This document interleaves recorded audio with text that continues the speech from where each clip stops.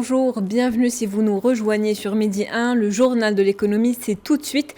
On commence avec ce chiffre, 48 millions de dollars, c'est le montant du prêt octroyé par la Banque mondiale pour soutenir le Maroc face à la crise du Covid-19, un prêt qui s'inscrit dans le cadre d'un programme de financement approuvé en 2015, un programme destiné à appuyer les services de santé primaires, objectif amplifier les efforts de priorisation budgétaire du ministère de la Santé pendant cette crise et renforcer la préparation des hôpitaux à l'urgence sanitaire. Ainsi, en plus des 13 millions de dollars de financement non encore encaissés au titre de ce programme, 35 millions de dollars supplémentaires seront alloués à la lutte contre la pandémie de Covid-19. Toujours au Maroc, Banque El Maghreb prévoit une contraction de l'économie nationale en 2020, un recul de 5,2%, soit la plus forte contraction depuis 1996. Ce recul peut être expliqué par la mauvaise pluviométrie cette année, conjuguée aux mesures de confinement mises en place pour limiter la propagation du virus Covid-19. Cette contraction ne devrait tout de même pas se prolonger dans le temps puisque la BAM prévoit un rebond de 4,2% en 2021 avec une augmentation de la valeur ajoutée agricole de 12,4% dans le cas où la production céréalière s'élève à 75 millions de quintaux. Direction l'Algérie où les sociétés d'importation détenues par des étrangers ne sont plus autorisées à importer des produits destinés à la revente. L'Association des banques et établissements financiers ABEF a adressé à cet effet une note aux banques qui sont censées veiller au respect de l'article 49 de la loi de finances complémentaire, un article régissant l'activité d'achat et de revente des produits revêtant un caractère stratégique. L'ABEF le précise, l'exercice de toute activité d'importation par les étrangers est dorénavant subordonné à la constitution d'une société dont le capital social doit être détenu au moins à 51% par l'actionnariat national résident.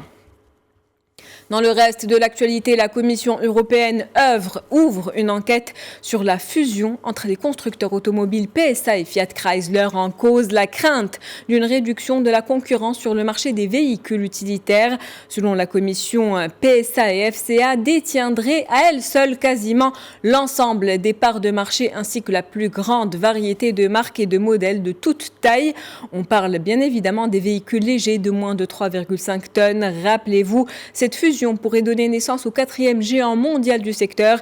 Et si elle arrive à son terme, PSA et FCA pourraient monopoliser le marché des véhicules utilitaires. De leur côté, les deux constructeurs automobiles ont réaffirmé leur volonté de fusionner d'ici la fin du premier trimestre 2021.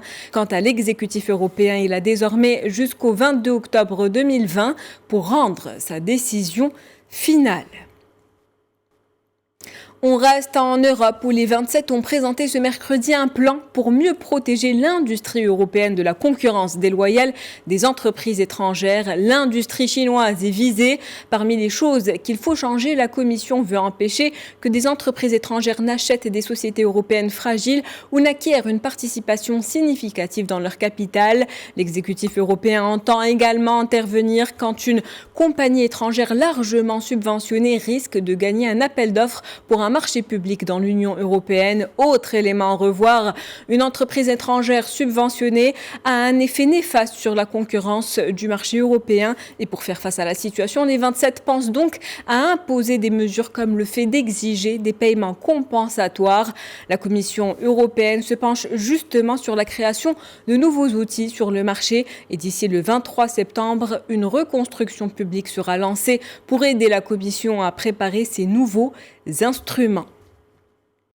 En zone euro, avec la crise liée à la pandémie du coronavirus et l'instauration des mesures de confinement, beaucoup ont vu leurs revenus chuter, une baisse estimée en moyenne à 7% selon la Banque centrale européenne. Et encore, ce repli du salaire net des ménages aurait été beaucoup plus important sans le recours massif au chômage partiel. Toujours selon la BCE, sans les indemnisations versées pour les heures de travail non effectuées, la baisse de revenus des salariés aurait atteint les 22%. Ces estimations reposent sur l'étude des dispositifs de chômage partiel appliqués à environ 36 millions de salariés dans 5 grandes économies de la zone euro.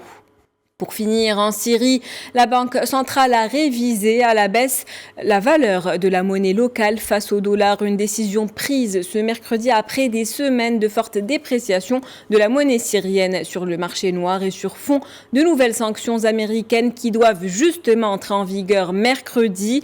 Cette dévaluation intervient à un moment où les États-Unis s'apprêtaient à appliquer cette semaine la loi César, une loi qui prévoit le gel de l'aide à la reconstruction du pays et des mesures contre des entités étrangères collaborant avec le gouvernement syrien.